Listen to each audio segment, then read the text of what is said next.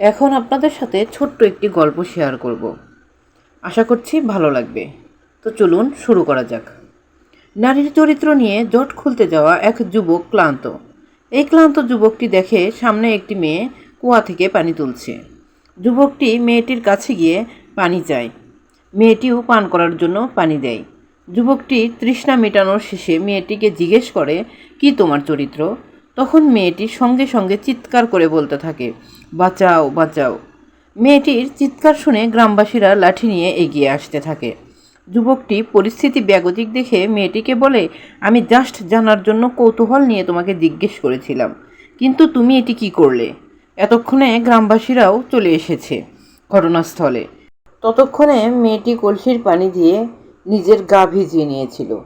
মেয়েটি গ্রামবাসীকে বলল, আমি কুয়ার মধ্যে পড়ে গিয়েছিলাম, আর এই যুবক আমায় প্রাণে বাঁচিয়েছে। সে না থাকলে হয়তো আমি মরেই যেতাম।